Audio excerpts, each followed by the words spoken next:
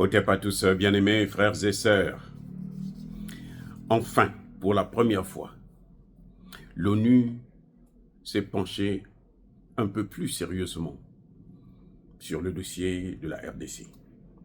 Même si c'est vrai qu'ils auraient pu faire mieux. Mais venant d'un parti des démocrates, l'ambassadrice des États-Unis aux Nations Unies, donc c'est-à-dire la représentante permanente des États-Unis à l'ONU, c'est une femme noire. Mais comme elle est noire et démocrate, elle est noire aussi dans le cœur. Donc, venant d'elle, pour reconnaître au moins que le problème, c'est Paul Kagame, le problème, c'est le Rwanda, il faut se dire que c'est une victoire diplomatique. Ah oui.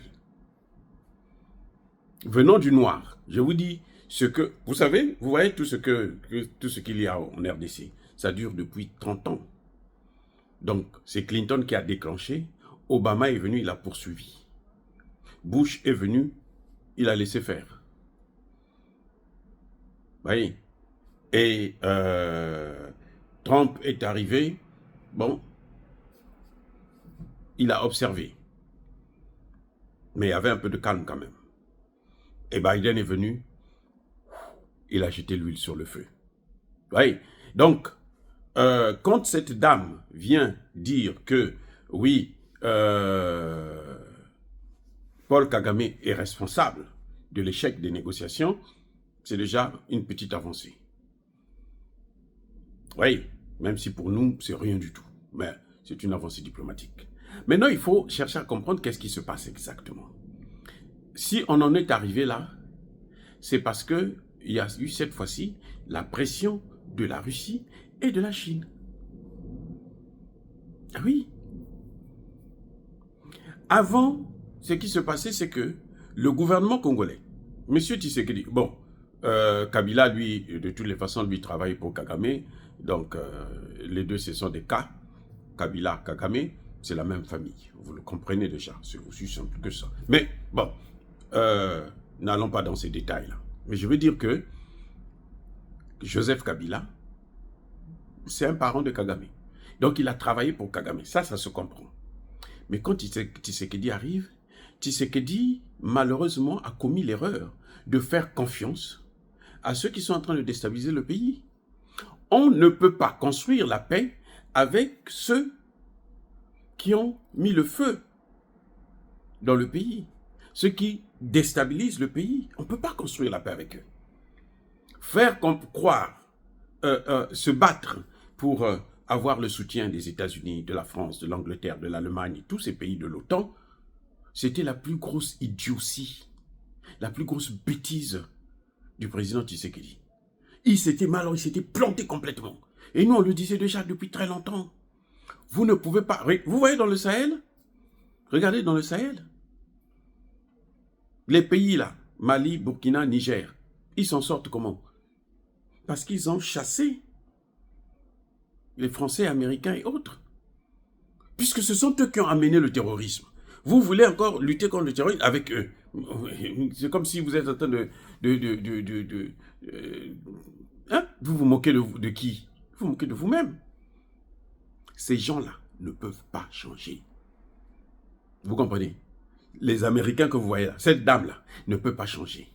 Même Trump, quand il viendra là, il ne va pas venir pour régler ça. Il va peut-être assouplir un peu le soutien. Il va peut-être dire, moi je ne soutiens pas Kagame, mais bon, c'est une affaire des Africains, débrouillez-vous. Oui, mais c'est aux Congolais. C'est à Tshisekedi de comprendre que j'étais avec ces partenaires-là. Je suis avec ces partenaires-là. Mobutu était avec ses partenaires qui l'ont trahi. C'est les Américains qui ont trahi Mobutu. Hein. Vous savez ça, non? Je reprends. Ce sont les Américains qui ont trahi Mobutu. Ce sont les Américains qui ont trahi Lumumba. Bon, Tshisekedi, c'était un peu difficile puisque son père faisait partie de l'équipe de Mobutu, de la CIA. Bon, ça se comprend. Donc, le temps de se rendre compte qu'il y a quelque chose qui ne va pas, eh ben, c'est pas toujours évident. Je veux dire que on ne peut pas faire la paix avec ceux qui ont amené les troubles dans le pays. C'est pas possible. Là, les Américains sont en train de reculer parce qu'ils voient que, parce que Tshisekedi est allé voir les Chinois, Tshisekedi est allé voir les Russes. Vous comprenez? Je vous apprends que Xi Jinping là, va venir à Kinshasa, probablement en janvier prochain, en réponse à la visite de Joe Biden en Angola. Parce que dès que Joe Biden a confirmé qu'il s'en va en Angola, le lendemain, Xi Jinping a dit, moi je viens à Kinshasa. Donc, Joe Biden est allé négocier en Angola pour les matières premières qui viennent du Congo, et il a convoqué Tshisekedi pour venir le voir. Xi Jinping dit, moi je viens. Il se fait petit, il se fait normal. Et pourtant c'est un grand. C'est la première puissance économique du monde.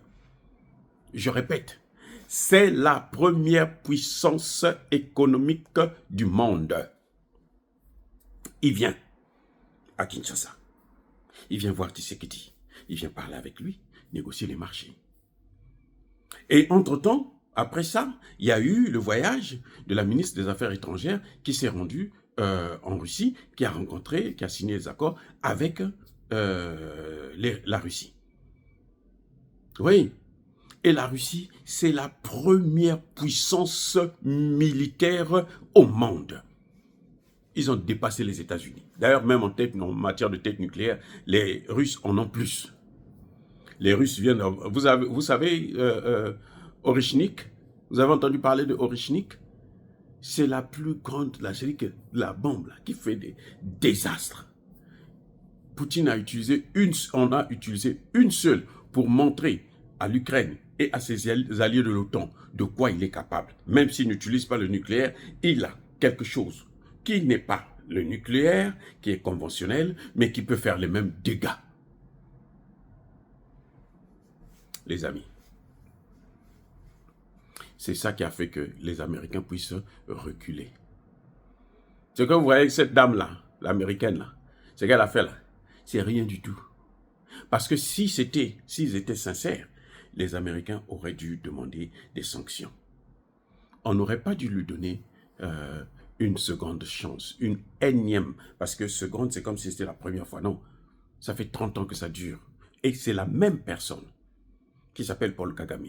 Et ce qui est pire, c'est que quand Paul Kagame signe les accords de paix, le lendemain, il les boycotte encore. Il les viole, mais alors, ouvertement, sans état d'âme. Et il ne se gêne pas. Il est d'ailleurs au contraire content. Il se réjouit. Il va à la télévision. Il envoie son ministre des Affaires étrangères. L'autre qui est nul là, qui je ne sais même pas s'il est allé à l'école. Je pense que lui, il a besoin de partir à l'école un peu quand même. Parce que on ne peut pas être un ministre des Affaires étrangères et puis toujours vomir des imbécilités comme lui, il le fait. Bref. Si les Américains étaient sincères, il y aurait eu des sanctions. Parce que ce sont les Américains qui ont sorti le terme, la phrase selon laquelle on ne négocie pas avec les terroristes. Et il s'agit d'une affaire qui concerne le Congo. Le Rwanda n'a pas le droit d'amener ses soldats là-bas pour venir faire je ne sais pas quoi. Parce que tout ce que Kagame demande, ça n'existe pas. En fait, ce que Kagame revendique, ce sont les matières premières du Congo. Il se dit que ces matières premières, c'est pour lui, ou au moins, à la rigueur, il va gérer ça avec Tshisekedi. Kagame s'est toujours passé comme étant le président de la RDC. Il se comporte comme s'il était le président de la RDC. Je vous ai dit que lorsque Tshisekedi réforme son armée, Kagame n'est pas content. Il pique une colère. Il pique une crise. Vous voyez? Il viole toutes les règles, il s'en fout. Et vous savez, l'ONU dit, on va mettre ça dans les mains de l'Union africaine. Mais l'Union africaine est dépassée, l'Union africaine ne maîtrise pas Kagame. Et l'Union africaine, elle-même, elle est soumise aux injonctions de ces pays de l'OTAN. Parce qu'ils ne vivent que de la flatterie des mendiants. Oui, donc en attendant, rien de tout ça. Mais bref, en tout cas, c'est quand même pour Tshisekedi et son gouvernement, c'est une victoire diplomatique que nous saluons. Soyez bénis, abondamment bénis par le Dieu de l'humanité, par nos ancêtres évangélisés. Vive l'Afrique éternelle. J'ai dit et j'assume.